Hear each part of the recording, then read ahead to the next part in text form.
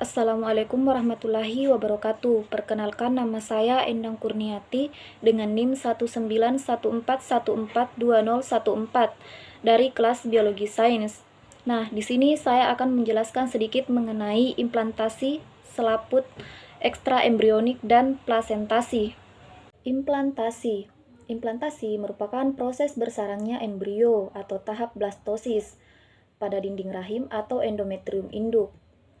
Adapun jenis-jenis implantasi berdasarkan proses perlekatan terjadi antara sel-sel tromboblast dengan sel-sel epitel endometrium induk. Yang pertama yaitu ada implantasi invasif, di mana blastosis segera melakukan perlekatan dengan endometrium. Yang kedua ada implantasi non-invasif, yaitu blastosis setelah hatching terlebih dahulu melanjutkan ekspansinya untuk kemudian baru melekat di endometrium induk. Nah, selanjutnya ada jenis-jenis implantasi berdasarkan kedalaman proses implantasi, yaitu ada interstisial atau profundal pada manusia, simpanse, dan marmut, di mana embrio merusak stroma jaringan uterus, masuk dan menutup kembali. Kemudian ada eksentrik pada monyet, anjing, kucing, dan tikus, di mana kerusakan hanya sebagian dan embrio masih berhubungan dengan lumen. Kemudian ada superficial atau sentral pada babi, kuda, sapi, domba, dan kambing, di mana perlekatan pada uterus tanpa penetrasi ke endometrium. Selaput ekstraembrionik, yaitu selaput yang berasal dari embrio yang terletak di luar tubuh embrio dan tidak menjadi bagian dari embrio. Adapun fungsinya yaitu sebagai media perantara pertukaran zat dan perlindungan embrio. Pada reptil dan unggas yaitu memberi perlindungan sebelah dalam kerabang. Pada mamalia, bagian dari sistem plasenta. Selaput ekstraembrionik pada unggas yaitu terdiri dari kantung kuning telur, amnion, korion, dan allantois. Kantung kuning telur pada unggas yaitu sel telur polilesital atau kuning telur banyak. Sumber nutrisi selama perkembangan embrio berasal dari lapis endoderm plus mesoderm splankis, tempat pembuluh darah vitelin. Dan pada hari ke-19, kantung kuning telur mengecil dan tertarik ke rongga perut. Sisa kuning telur terserap seluruhnya selama kurang lebih 6 hari setelah menetas. Nah, pada mamalia, sel telur oligolesital bersifat sementara, hemopoiesis, sumber bakal sel gamet primordial. Yang kedua ada amnion, yaitu pada unggas lipatan somatopleura menetap.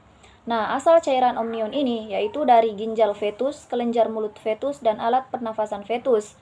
Adapun fungsinya yaitu sebagai media untuk mengambang, pelindung, dan memungkinkan embrio bergerak. Kemudian ada korion. Nah, pada unggas yaitu dia menempel pada kerabang. Fungsinya yaitu sebagai pertukaran gas dan air. Nah, pada mamalia sendiri yaitu perlekatan dengan endometrium. Fungsinya sebagai pertukaran nutrisi dan gas dengan induk. Kemudian ada allantois. Nah, allantois ini merupakan penonjolan dinding usus belakang yang berbentuk seperti kantung, menyatu dengan korion membentuk koriolantois. Plasenta. Plasenta merupakan kesatuan struktur antara selaput ekstraembrionik atau korion atau koriolantois dengan endometrium induk atau khas pada mamalia. Fungsinya yaitu yang pertama sebagai pertukaran nutrisi, gas, hormon, dan lain-lain. Yang kedua endokrin, yang ketiga barir atau pencegah bercampurnya darah induk dan fetus.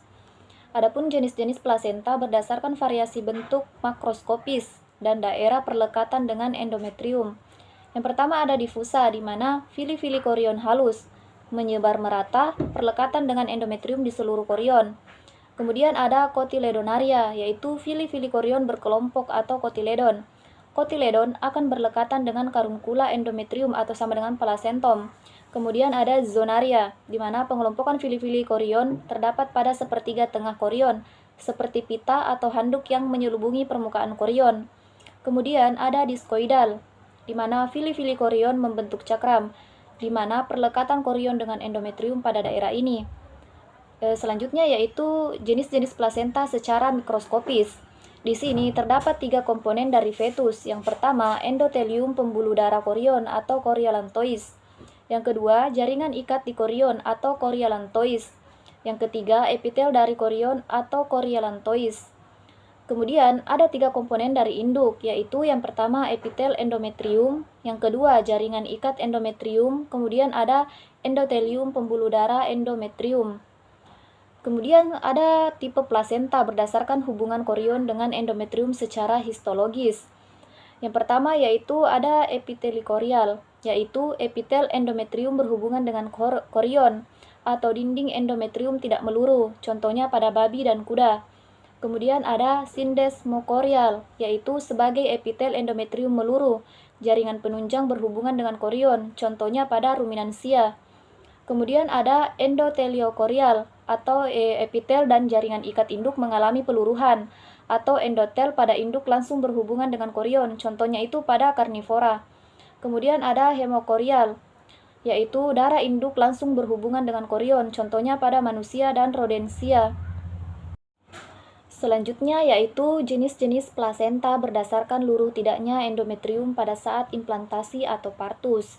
Yang pertama ada adesiduata, yaitu tidak luruh atau endometrium tetap utuh, contohnya pada kuda dan babi, atau epitelikorial. Yang kedua ada semidesiduata, tidak atau luruh sebagian, contohnya itu pada ruminansia atau sindesmokorial.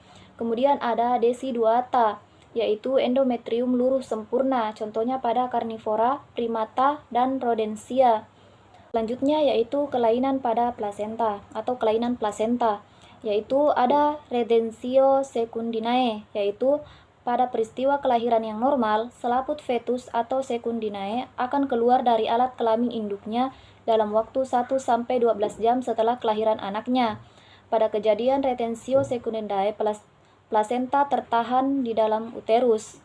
Kemudian ada hidatidiform mole atau kelainan ini di mana embrio atau fetus tidak berkembang tetapi hanya plasenta saja yang berkembang. Fili-fili plasenta membengkak membentuk seperti gelembung-gelembung air. Baik, sekian dari saya. Lebih dan kurangnya mohon dimaafkan. Wassalamualaikum warahmatullahi wabarakatuh.